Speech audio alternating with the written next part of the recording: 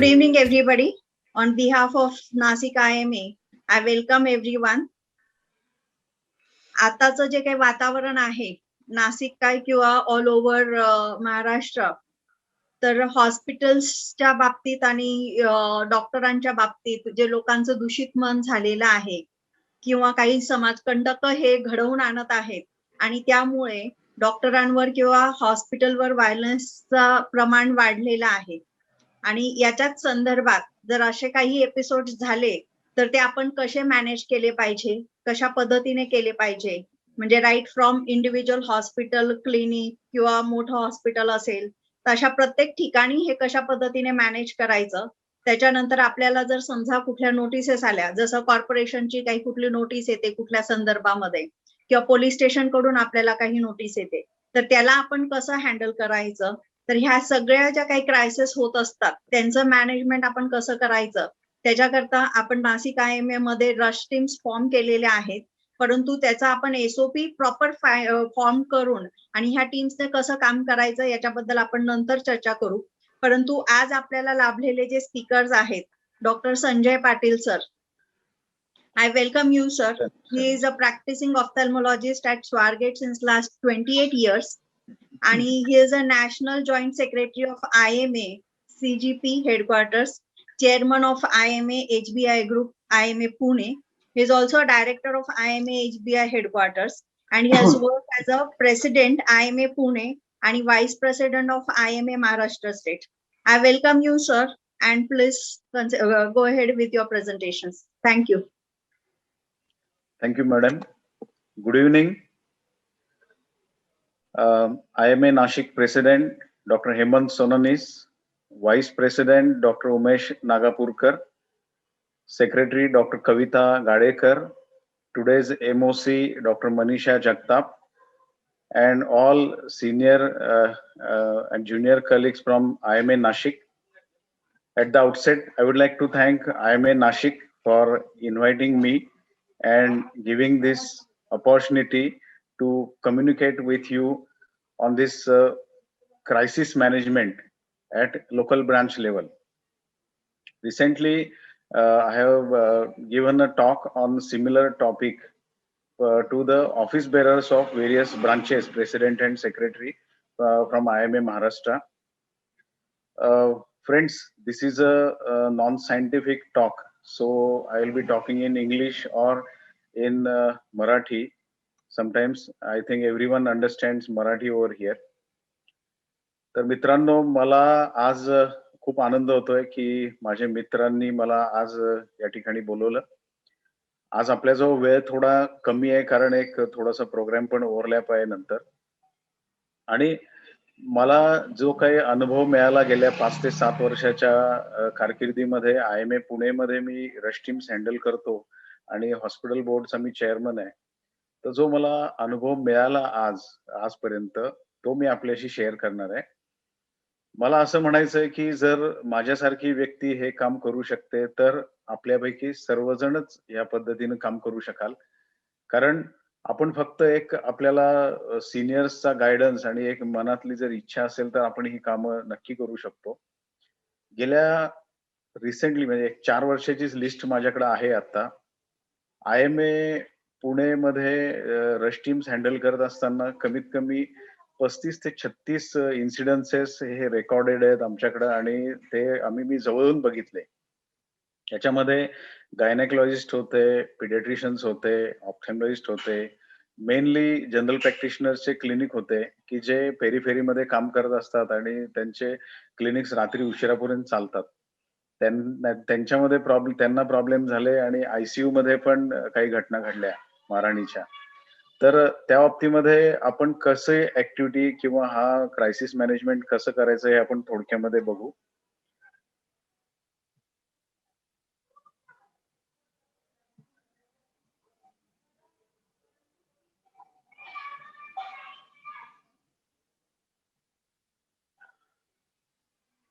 So friends, let us consider the types of crisis. According to me, we can divide the crisis in 5 types. That is particularly violence at workplace, clinic, hospital, or at diagnostic centers. Second is anytime you will land into a medical emergency while operating any major case, then you will have some problem, or any accident at your workplace, or fire incidences. Then many of our members are getting notices from various authorities, that is municipal authorities, police, or court. So how to deal with such notices?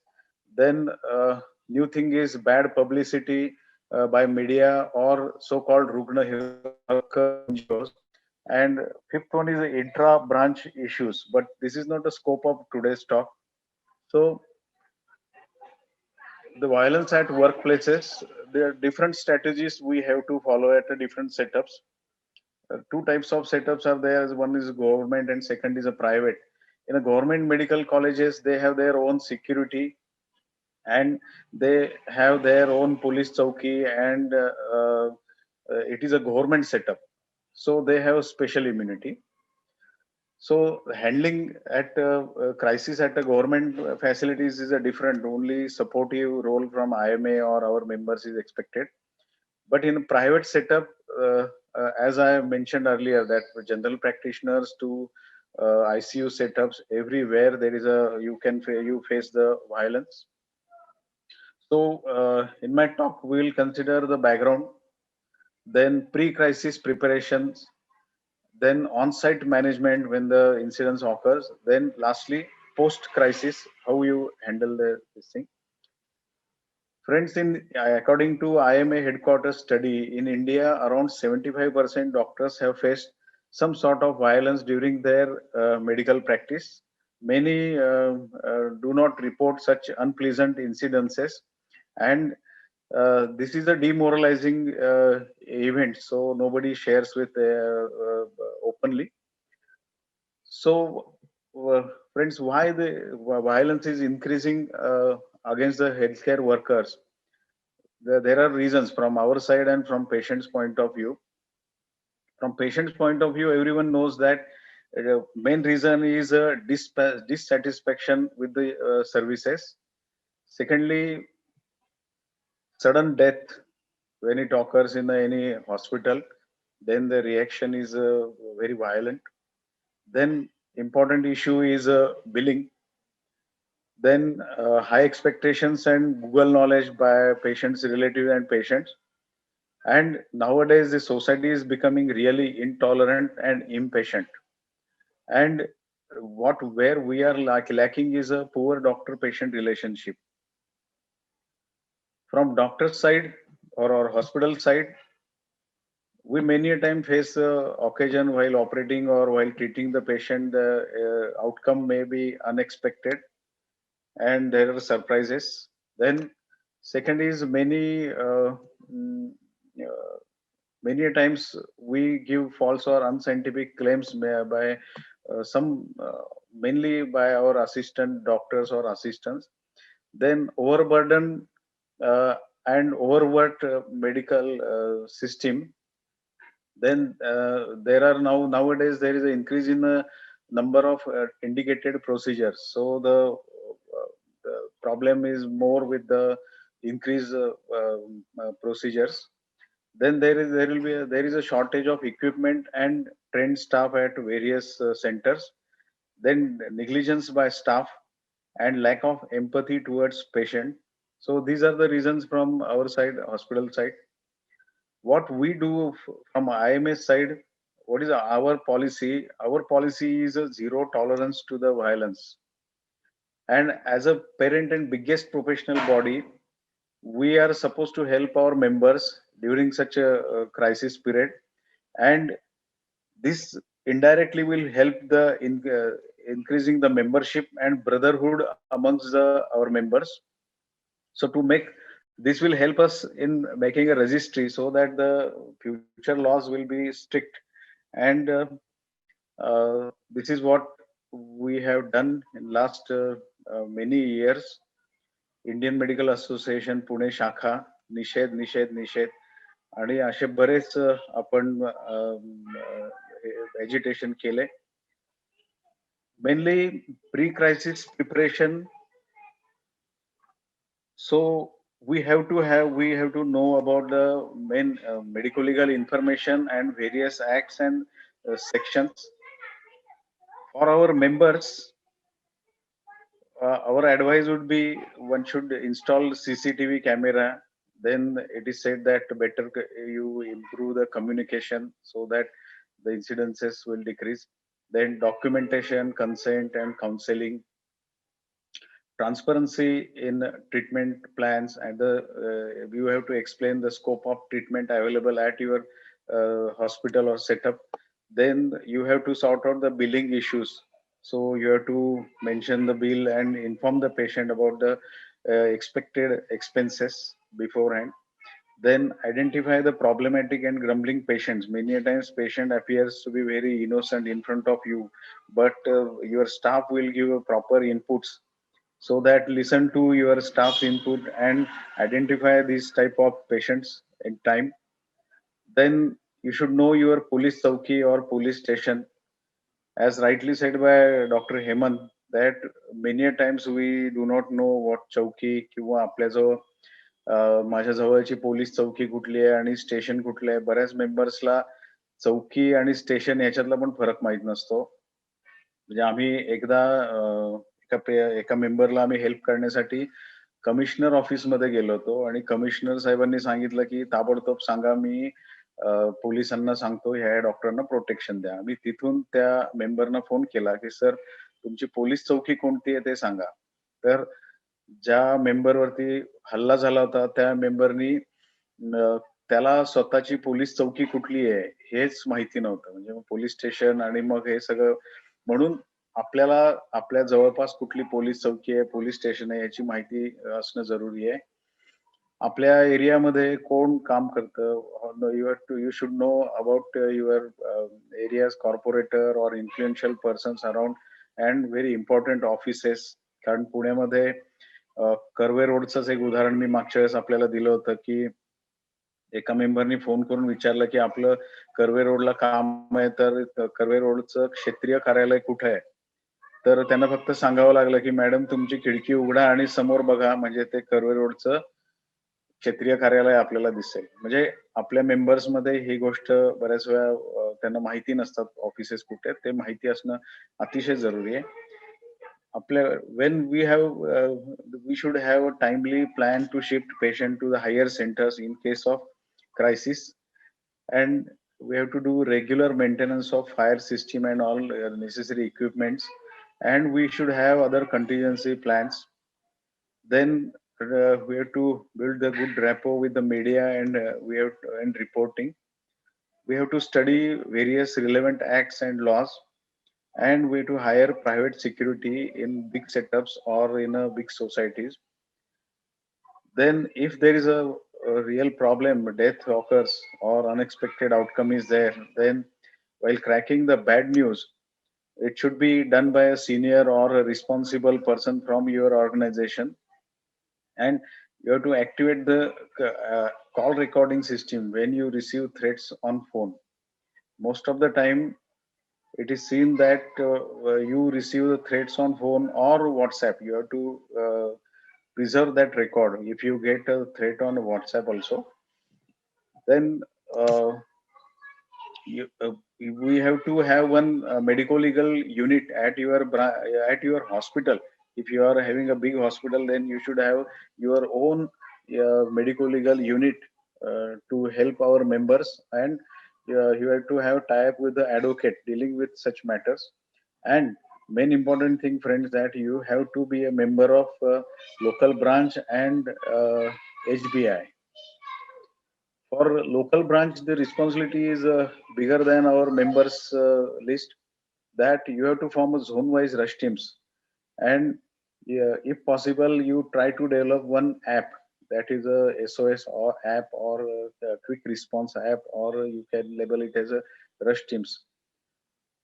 पुण्यामध्ये जवळपास 31 police stations आहेत आणि आम्ही 5 वर्षापासून ह्या rush teams police station wise सुरू केलेल्या आहेत. कारण बऱ्याच वेळा मेंबर्सला काय होतं की आपण ज्या एरियात आहे त्या एरियात जिथं इन्सिडेंट घडतो ते पोलीस स्टेशन, पोलीस चौकी यांच्या ज्या बाउंड्री असतात त्या झोन मध्येच तुम्हाला कंप्लेंट लॉन्च करावी लागते. तर आम्ही साधारणतः जे पोलीस स्टेशन आहेत 30-31 त्या पोलीस स्टेशनमध्ये आम्ही रश टीम्स तयार केल्या.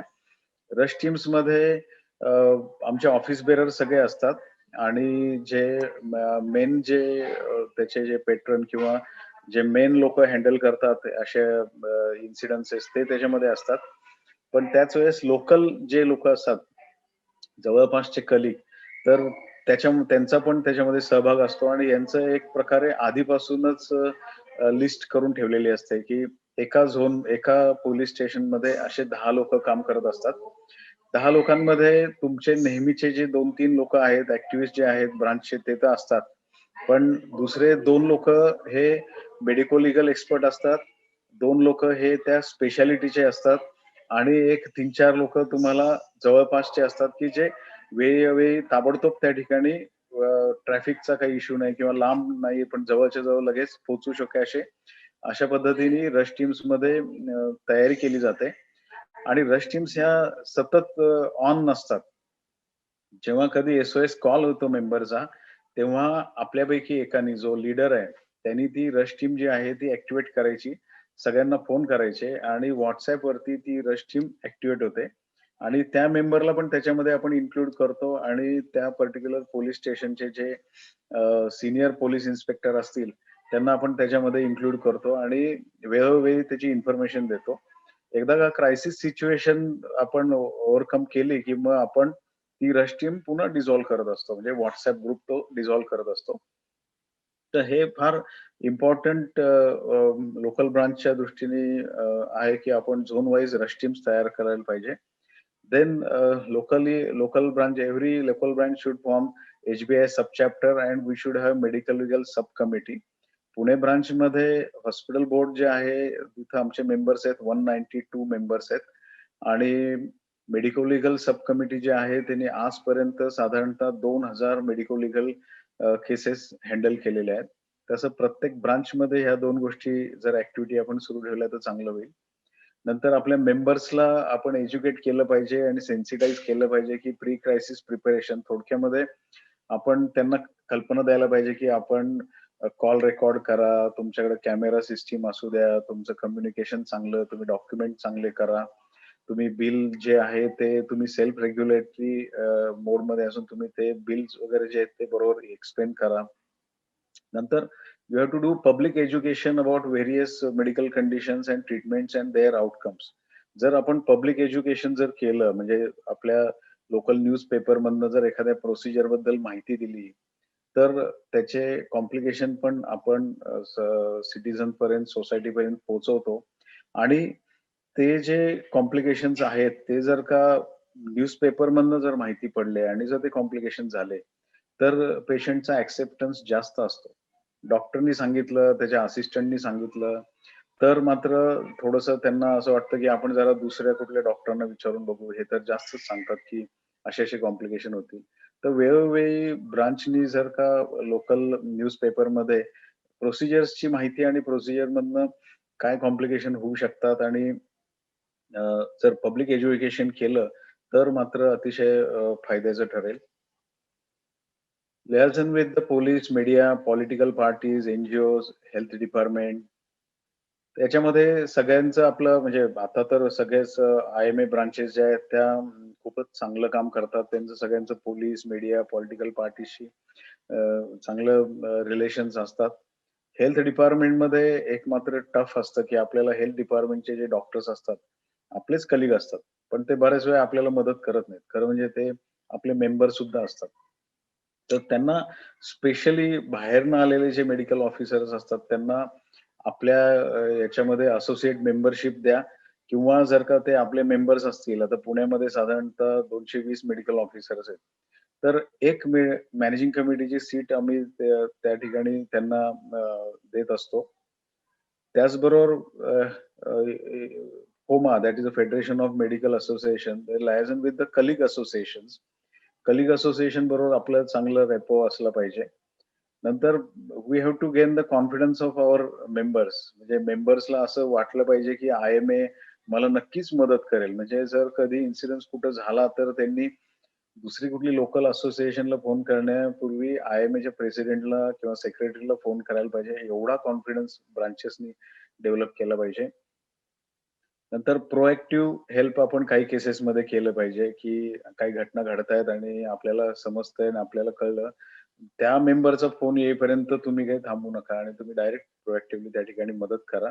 पण मेंबर्सला किंवा आपल्या सर्व डॉक्टर्सला एक रिक्वेस्ट आहे, की तुम्ही जे जे इन्सिडन्स घडलाय, तर तुम्ही पहिले ईमेल किंवा एक लेटर IMA प्रेसिडेंट किंवा सेक्रेटरीला तुम्ही लिहा. कारण आमच्या इथं 1-2 घटनांमध्ये असं झालं, की पोलिसांनी आम्हाला विचारलं, की तुम्ही काय म्हणून ह्यांच्या वतीने प्रेझेंट करताय? अ, तुम्हाला काय अधिकार आहे असं? तर आमच्याजवळ जर लेटर असेल, तर आम्ही प्रॉपरली ते रिप्रेझेंट करू शकतो. एक about 304A and medical expert committee by IMA. आपल्याला सगळ्यांना 304 जे आहे, हे सेक्शन माहिती आहे 304 हा जो आहे तो death due to rash behaviour or negligence याच्यामध्ये हे सेक्शन लावला जातो आणि डॉक्टर्सला अरेस्ट करण्यापूर्वी आपल्याला एखादी मेडिकल एक्सपर्ट कमिटीचा ओपिनियन आल्याशिवाय डॉक्टरना अटक करता येत नाही. पण याच्यामध्ये एक प्रॉब्लेम असा होतो, की 304A खाली expert committee medical expert committee जी आहे ससून किंवा गव्हर्नमेंटची ती रिपोर्ट देते आणि तो जो रिपोर्ट आहे ती कमिटी पोलिसांशी शेअर करते. कारण पोलिसांनी रिक्विजिट केलेलं हे केलेलं असतं, रिक्वेस्ट केलेली असते आणि तो रिपोर्ट आहे हा आपल्या मेंबरला मिळत नाही, डॉक्टरना तो मिळत नाही. आणि मग पोलीस काय करतात, की डॉक्टर तुमच्या विरुद्ध त्यांनी रिमार्क मारलेला आहे आणि तुम्ही निग्लिजंट आहे. म्हणून आम्ही 304 खाली तुम्हाला आता कारवाई सुरू करतो. तर या केसमध्ये आपण नेहमी त्याची एक कॉपी मागायला पाहिजे आणि ती कॉपी मिळवता आपल्याला नाकीनऊ होतं. म्हणजे पुण्यातला एक टॉपमोस्ट कार्डिएक सर्जनच्या बाबतीत घडलेली घटना आहे, की त्यांना पोलिसांनी सांगितलं, की "सर 304 मध्ये असं-असं तुम्ही निग्लिजंट म्हणून आहात आणि तुमच्यावर आम्ही कारवाई करतो." तर त्या सर्जननी आम्हाला IMA पुणेला कॉन्टॅक्ट केला. आम्ही विचारलं, की "सर तुमच्याकडे कॉपी आहे का?" तर त्यांनी सांगितलं, की "नाही कॉपी" आणि पोलिस कॉपी पण देत नाही आणि नुसतंच थ्रेट करतात, की तुम्ही निग्लिजंट आहे. मग आम्ही ससूनमध्ये आपल्या ज्या ओळखी आहेत त्याचं हे करून ससूनमध्ये विचारलं, तर ससूनमधनं आम्हाला कळलं, की तुमच्या विरुद्ध तसं आम्ही निग्लिजंट काहीच लिहिलेलं नाहीये आणि तुम्ही अजिबात निश्चिंत राहा. मग मात्र आम्ही पोलिसांना जास्त प्रेशराईज करून त्या सरांना आम्ही रिलीव्ह करू शकलो. तर हा 304 चा एक मुद्दा आहे, की आपण नेहमी कॉपी मागितली पाहिजे. माझ्या विरुद्ध काय एक्सपर्ट कमिटीने रिपोर्ट दिलाय. दुसरा एक मुद्दा असा होता, की IMA पुणेने मी जेव्हा प्रेसिडेंट होतो, तेव्हा आम्ही एक नवीन हे सुरू केलं, की 304A सेक्शन जर वाचला तुम्ही, तर त्याच्यामध्ये medical expert committee opinion preferably by government authority. तर त्यांनी असं म्हणलेलं नाहीये, की कंपल्सरीली गव्हर्नमेंट ऑथॉरिटीने दिलं पाहिजे. It is preferably by government authority. तर IMA पुणेनी अशी सर्व्हिस सुरू केली आहे म्हणजे मेडिको लीगल तर वेगळी टीम आहे आमची. पण आम्ही मेडिकल एक्सपर्ट कमिटी फॉर्म करतो. आणि एखाद्या मेंबरनी जर आम्हाला रिक्वेस्ट केली एखाद्या केसमध्ये, तर आमची एक्सपर्ट कमिटी त्याचे केस पेपर्स कारण आपण ससूनमध्ये किंवा ती जी रिपोर्ट जातो तो पेशंटच्या रेकॉर्डवरून जातो. म्हणजे त्याचं आपल्या मेंबरचं म्हणणं कुठं ऐकलं जात नाही. आपली कमिटी आपल्या मेंबरचं म्हणणं ऐकून घेते आणि ती कमिटीमध्ये मेडिको लीगल एक्सपर्ट नसतात. ते जसं काही ससूनमध्ये फॉर्म होईल तशी आपण कमिटी फॉर्म करतो आणि ती कमिटी एक रिपोर्ट देते प्रेसिडेंटला आणि तो रिपोर्ट जो आहे तो आपण मेंबरला इश्यू करतो. याचे 2 फायदे होतात, की एक तर मेंबरच्या लक्षात येतं, की म्हणजे पोलिस जे आहेत, आता ससूनचा रिपोर्ट यायला साधारणतः 2 महिने लागतात. तर 2 महिन्यामध्ये पोलिस काय करतात, त्या मेंबरला धमकावत राहतात. की "सर बघा, आम्ही आता एक्सपर्ट कमिटीला पाठवलंय, बघूयात आता" आणि मग ती हॅरेसमेंट चालू राहते. इथं आपण जर का ताबडतोब एक्सपर्ट कमिटी फॉर्म केली आणि त्याला एक 7 दिवसात जर रिपोर्ट दिला ना, तर मेंबरला एक कॉन्फिडन्स वाढतो आणि मेंबर सुद्धा पोलिसांना सांगू शकतो, की माझ्याकडे IMAचा एक्सपर्ट कमिटीचा रिपोर्ट आहे, की त्यात काही निग्लिजन्स नाहीये. दुसरा मुद्दा असा असतो, की जर खरोखर निग्लिजंट असेल, तर तो जो मेंबर आहे, ती तुमच्या एक्सपर्ट कमिटीने जर का निगेटिव्ह रिपोर्ट दिला असेल, तर तो मेंबर त्याचा वापर करणार नाही. पण मोस्टली असं घडत नाही आणि आपल्या मेंबर्सला फायदा होतानाच दिसतोय. आम्ही आत्तापर्यंत 3 मेंबर्सला मेडिकल एक्सपर्ट कमिटीचा IMA पुणेतर्फे रिपोर्ट दिला होता. हे एक नवीन गोष्ट करण्यासारखी आहे. नंतर हे जे ॲक्ट्स आहेत म्हणजे prevention of violence and damage to the property loss of damage or loss to property that is P हा एक ॲक्ट आपल्या महाराष्ट्रामध्ये आहे ह्याची माहिती सगळ्यांना असू द्या. म्हणजे अ, पोलिसांना सुद्धा ह्याची माहिती नसते आणि मेंबर्सला तर ह्याची माहिती बऱ्याच वेळा नसते. So, in this act received a assent of government on 28th of April 2010, and this is published in a extraordinary gazette in April 2010. So this gives us a protection against the violence, that is a prevention. And important thing is that uh, that it is a state's uh, rather it is a state's duty, or it is mandatory they have to prohibit the violence. म्हणजे कुठल्याही प्रकारचा violence होण्यासाठी त्यांनी होऊ नये म्हणून prohibit करण्याची पण त्यांचीच जबाबदारी आहे. स्टेटवरती त्यांनी ठेवलेलं आहे ते. And these are the various clauses from that PVDP Act. So you have to go through this PVDP Act. Uh,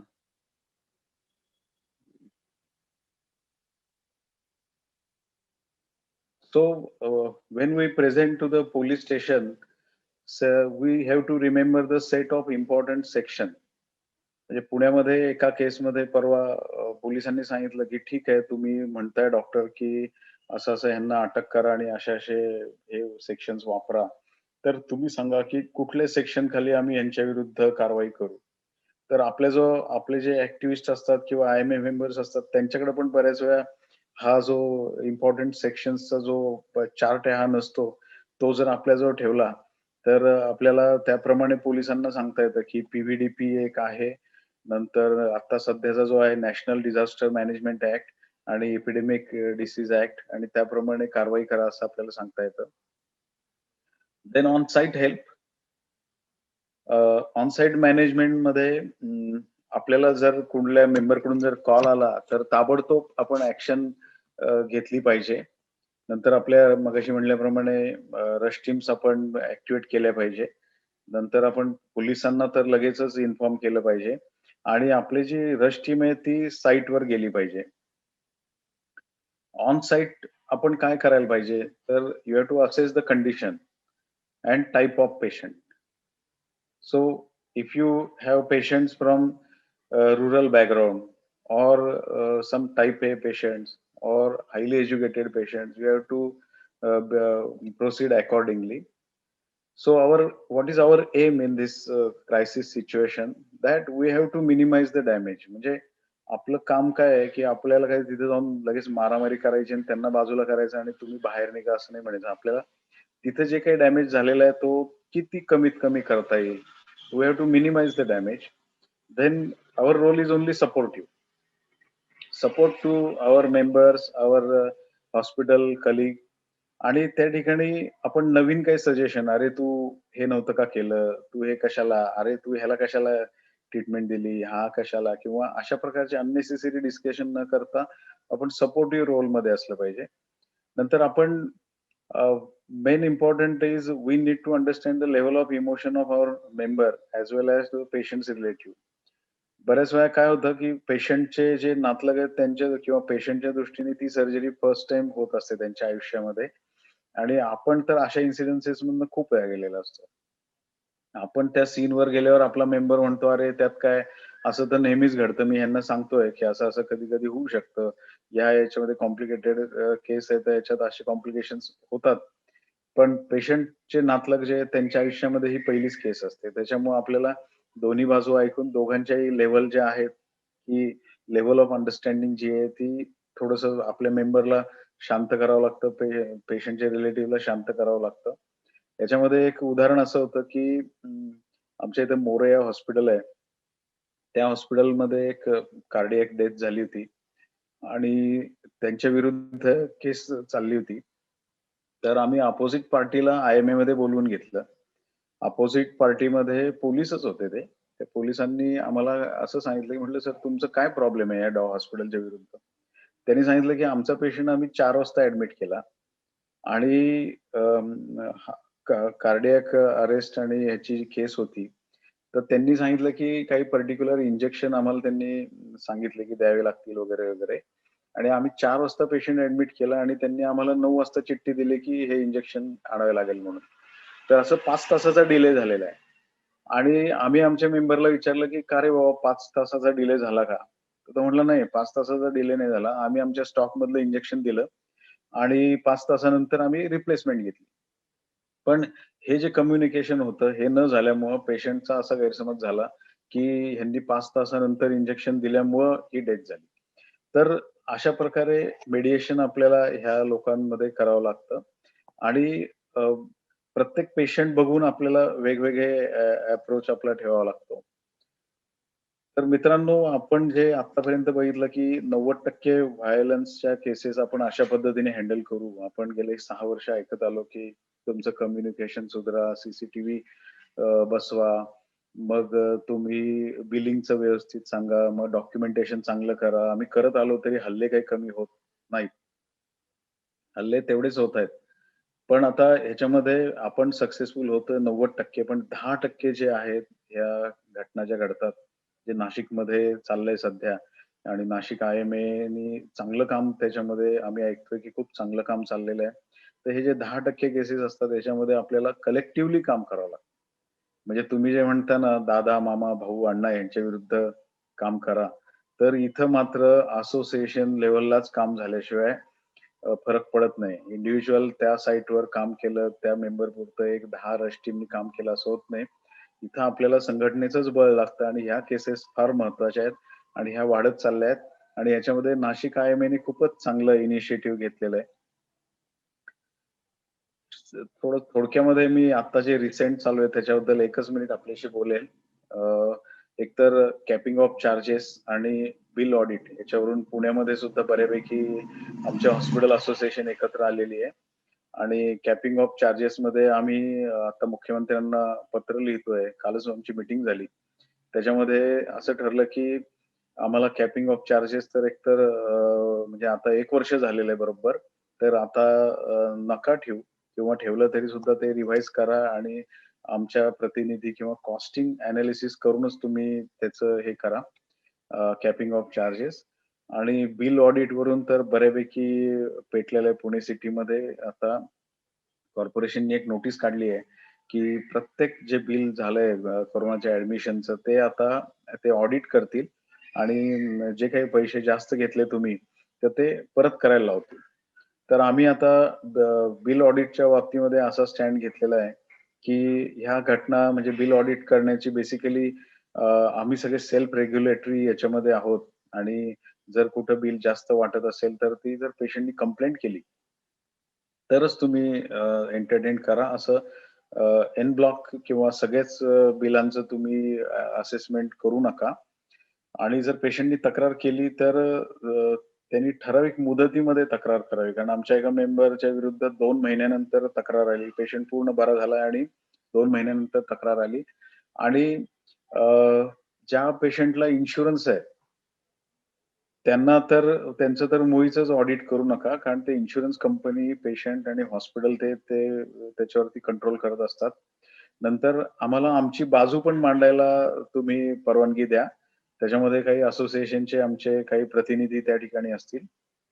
नंतर ऑडिट करत असताना तुम्ही कॉस्ट एनालिसिस ज्यांना माहिती आहे, जे लोकं त्यातले तज्ञ आहेत, अशाच लोकांना पाठवा आणि ज्याला काही त्या हॉस्पिटलचं बॅकग्राऊंडची माहिती नाही, हॉस्पिटलचं बिलिंगची माहिती नाही, अशा लोकांना शक्यतो ऑडिटला पाठवू नका.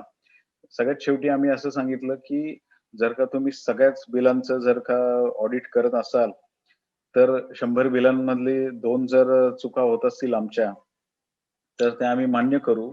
पण जर त्याच्यातले 10 पेशंट जर का बिल न देता गेलेले असतील आणि समजा एक 15 पेशंटला मी जर डिस्काउंट दिला असेल, तर ती अमाउंट कोण भरणार त्याचे आम्हाला उत्तर द्या. अशा पद्धतीने आम्ही आता बिल ऑडिटवरती रिप्रेझेंट करतोय आणि उद्यापासून त्याच्यावरती आमच्या इथं म्हणजे मीडियाला सेन्सिटाईज करायला सुरुवात चालू होईल. आता पोस्ट क्रायसिस म्हणजे हे झाल्यानंतर आपण पोस्ट क्रायसिस काय केलं पाहिजे? तर you have to do regular follow up with the member and the police and other authorities. You have to be very alert आणि if required then further protection in some cases, then you have to do follow up with the police and other legal matters. Mediation मी मगाशी सांगितल्याप्रमाणे की पेशंटचे नातलग आणि doctors किंवा hospital यांच्यामध्ये जर IMA ने मेडिएशन केलं तर बरेचसे प्रॉब्लेम सुटू शकतात. Then timely medico legal help. Then you have to maintain the registry record ठेवणं अतिशय जरुरी आहे. And we have to appreciate timely help by everyone. So friends, lastly, my sincere request about COVID, don't lower your guards and please continue COVID appropriate behavior and stay safe. Once again, I thank you IMA Nashik for giving me this opportunity. Thank you. Thank you very much sir. कमी वेळामध्ये तुम्ही बऱ्याचशा गोष्टी cover केलेल्या आहेत. त्याच्यामध्ये काही questions आलेले आहेत. पहिला क्वेश्चन होता की can we keep some permissible weapons for self protection at any odd event to save our own life? तर असं चालू शकतं का? आता तो पण मुद्दा आहे की बाउन्सर ठेवायचे का डॉक्टर्सनी स्वतःच काही सेल्फ प्रोटेक्शन करण्यासाठी आहे. तर त्याच्याबद्दल जास्त क्लिअर कट अशा काही गाईडलाईन म्हणजे पोलीस पण असं काही सांगत नाहीत आपल्याला की तुम्ही हे करता. पण IMAच्या दृष्टीने zero tolerance to the violence म्हणजे त्यांनी मारहाण केली म्हणून तुम्ही मारहाण करा असं अजून तरी आपल्या ह्याच्यामध्ये नाहीये. पण आपण जे बाउन्सर ठेवतो आणि त्याच्यातनं काही घटना घडली तर त्याची जबाबदारी आपल्यावर येते. त्याच्यामुळं बाउन्सर्स न डिप्लोमॅटिक ठेवता जर सपोज स्टाफने डॉक्टरांना प्रोटेक्ट करण्याच्या दृष्टीने आता जर समजा डॉक्टर बसलेले आहेत आणि कोणी आलं त्यांच्या अंगावर, स्टाफने जर त्यांना 1-2 जणांना मारलं तर त्याच्यामध्ये काय होऊ शकतं? नाही ते सेल्फ डिफेन्स मध्ये madam you can do this thing. काय म्हणजे आमच्याकडं SRL लॅबची जेव्हा घटना झाली पुण्यामध्ये आत्ता परवा, तर त्या टेक्निशियनला मारहाण झाली तर पोलिसांशी आम्ही जेव्हा बोललो पोलीस इन्स्पेक्टरशी दुसऱ्या दिवशी, तर त्यांनी आम्हाला सांगितलं की सर तुम्हाला काय सांगू की त्यांनी 2 बुक्के मारले पण त्यांनी खूप त्याला जोरदार मारलंय. म्हणजे अपोजिटली डॉक्टर्सनी जास्त मारहाण केलेली आहे. पण self defence yes it is advisable आणि आपण सगळ्यांनी मिळून आपण हॉस्पिटलमध्ये असू तर आपण वाचवायला जाणारच त्याला.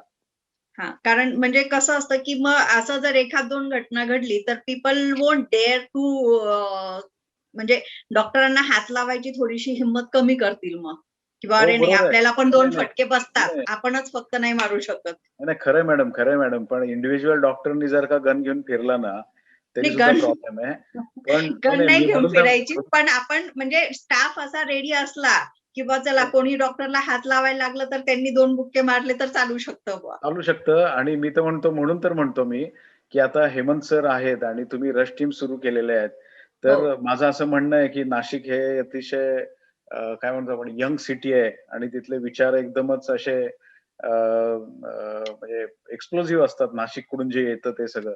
तर मी तर म्हणतो तुम्ही रश टीम्स फॉर्म केलेले आहेत आणि अशा प्रकारे तुमचा अप्रोच आहे, तुमचा ॲटिट्यूड आहे. हे जर का तुम्ही आत्ता जर डिक्लेअर केलं ह्या पॉइंट ऑफ टाईमला की आम्ही रश टीम्स केलेल्या आहेत आणि खबरदार आमच्या मेंबर्सला जर तुम्ही हात लावला तर आम्ही त्यांना प्रोटेक्शनसाठी त्या ठिकाणी उभे राहू आणि त्याच्यामध्ये तुम्ही थोडंसं एक दुसरं पण तुम्ही एक त्याच्यामध्ये घटना टाकू शकता की एखाद्या डॉक्टरला सर्जरी करताना प्रॉब्लेम आला तरी सुद्धा आमची रश टीम मदत करत असते.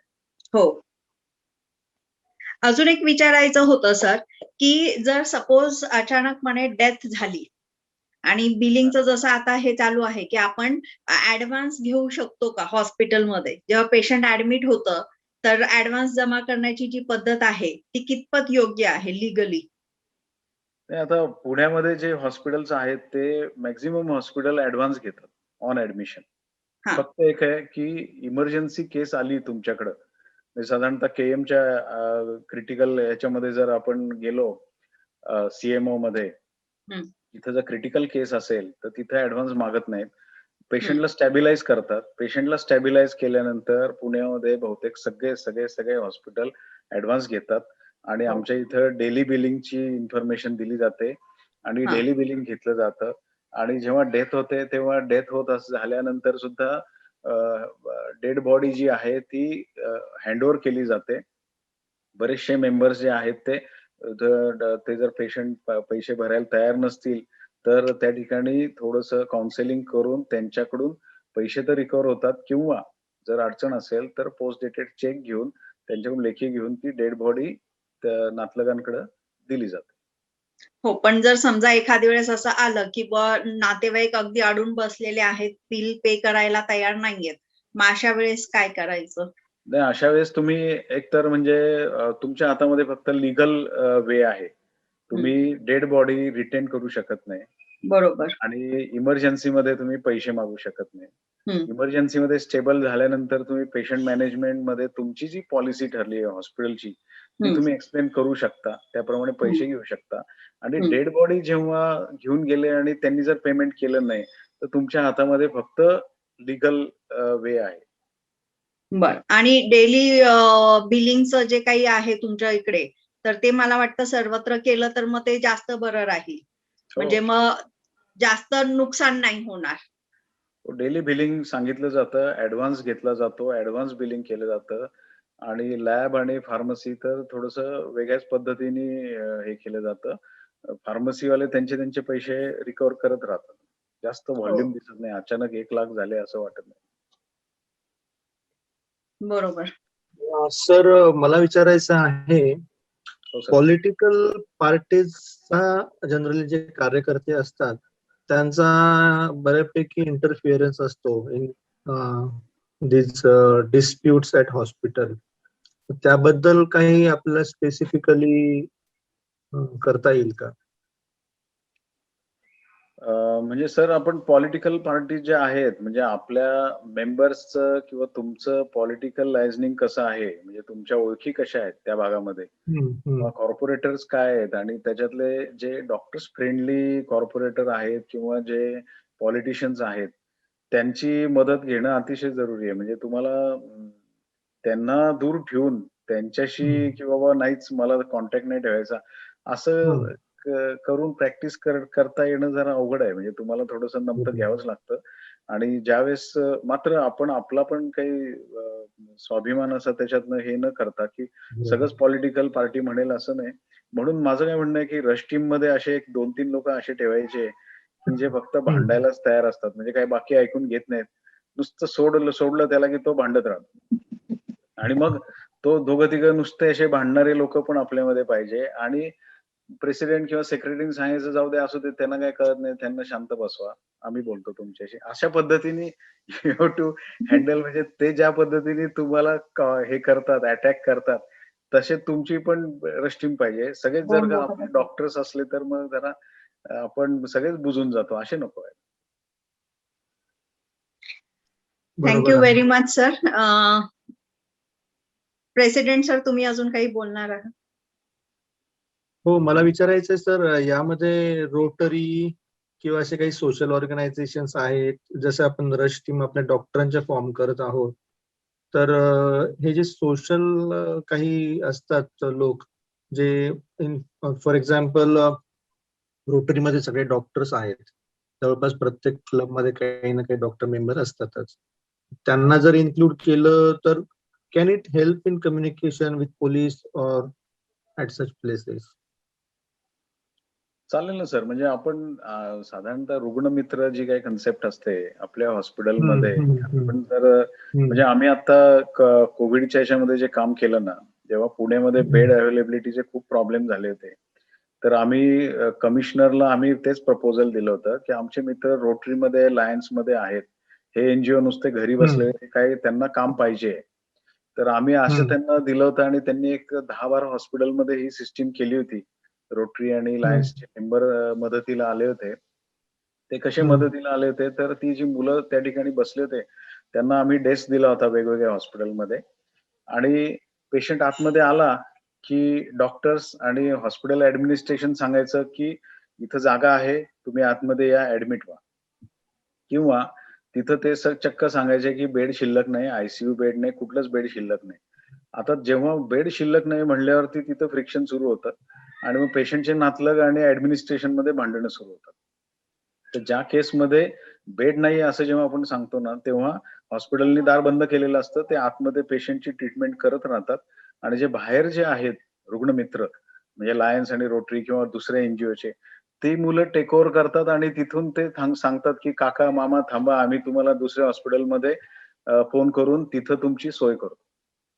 तर त्यांचा रोल त्याच्यामध्ये होता आणि त्याच पद्धतीने रश टीम्समध्ये किंवा इन जनरल जे काही तुम्हाला दुसऱ्या ज्या मॅनेजमेंट असतात ह्याच्यामध्ये ह्या लोकांची मदत घ्यायला अजिबात हरकत नाही. हम्म, हम्म, हम्म. आणि रश टीम्सचा पोलीस स्टेशन बरोबर रॅपो चांगला करण्यासाठी पण आपण मागच्या वेळी बोललो होतो की स्पेसिफिकली प्रयत्न केले गेले पाहिजेत. हो, हो. नक्कीच, नक्कीच. म्हणजे पोलिस स्टेशनमध्ये कोण नवीन सीनियर पी-आय आलेले आहेत, एसीपी कोण आलेले आहेत. बेसिकली आपल्याला सगळ्या पोलिसांचा ऑर्गॅनोग्राम माहिती पाहिजे. कमिशनर, जॉइंट सीपी, आपल्याकडे झोन किती आहेत, झोनमध्ये परत सब डिव्हिजन किती झाले आहेत आणि पोलिस स्टेशन कोणते आहेत आणि मग त्या नवीन त्यांच्यात खूप बदल्या होत असतात. म्हणजे आपल्याला साधारणतः तेच काम आहे, की आपण त्या सगळ्यांना जाऊन भेटलं पाहिजे किंवा त्यांच्याशी कॉन्टॅक्टमध्ये राहायला पाहिजे. आणि एक आणि एक ॲक्टिव्हिटी आय-एम-ए पुणेची तुम्हाला सांगतो. हे हॉस्पिटल बोर्ड आहे 192 हॉस्पिटल्स आहेत आमच्या ऑल ओव्हर पुणे सिटी आहेत. छोटे-मोठे हॉस्पिटल आहेत. आम्ही काय केलं होतं, हे जे जेव्हा लॉन्च केलं तेव्हा आम्ही सगळ्या पुणे सिटीतल्या पोलिसांचं ब्लड प्रेशर चेक केलं होतं. आणि म्हणजे ते जे शेजारचं हॉस्पिटल आहे त्यांनी जायचं आणि त्याच्या स्टाफनी बीपी चेक करायचं. पुण्यामध्ये आहेत 8,500 पोलिसमॅन आहेत. तर साधारणतः आम्ही एक 2,500 पोलिसांचं एका दिवसात बीपी रक्तदाब दिवसाच्या दिवशी चेक केलं आणि मग त्याच्यातले जे हे निघाले रक्तदाब वाढलेले किंवा बीपी वाढलेले जे होते, त्यांना मार्गदर्शनासाठी आम्ही आय-एम-ए मध्ये बोलावलं होतं, त्या लोकांना. आणि मग त्यांच्यासाठी आम्ही एक लेक्चर ठेवलं होतं, की ब्लड प्रेशरचं कसं नुकसान होतं, काय आहे किंवा हे एक्सपर्टचं लेक्चर ठेवलं होतं आणि त्याच्यामुळे जास्त पोलिसांशी आमचा rapport develop. Great. Manisha madam. Thank you very much sir. Excellent presentation. अगदी कमीत कमी वेळामध्ये आणि मोजके पॉइंट्स छान इलॅबोरेट केलेले आहेत. त्याच्यामध्ये आम्ही ज्या रश टीम्स फॉर्म केलेल्या आहेत त्याच्यामध्ये आम्हाला नक्कीच याचा फायदा होणार आहे. I would thank president IMA सोनोनी sir, vice president Umesh Nagapurkar sir for allowing me to conduct this session. I would request our secretary Kavita to propose the vote of thanks. Thank you. On behalf of IMA Nasik, I thank the speaker, Dr. Sanjay Patil sir, who have given a very good insight to the various incidences which are happening currently. I thank the MOC for today, Dr. Manisha Jagtap madam, who has actively conducted this Zoom CME. Thank you all the participants for joining, and I have a good night and hope to see you in the further some more medical legal lectures which will be upcoming.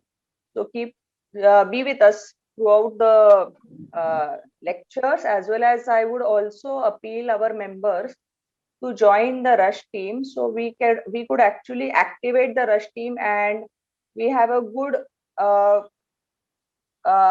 participation from your side, and we have actual active interference during the site of incident. So I appeal the members who have joined to join the rush team as per your areas. Thank you all once again. Thank you, sir. Thank you everyone. Thank you very much. Good night. Good. Good night.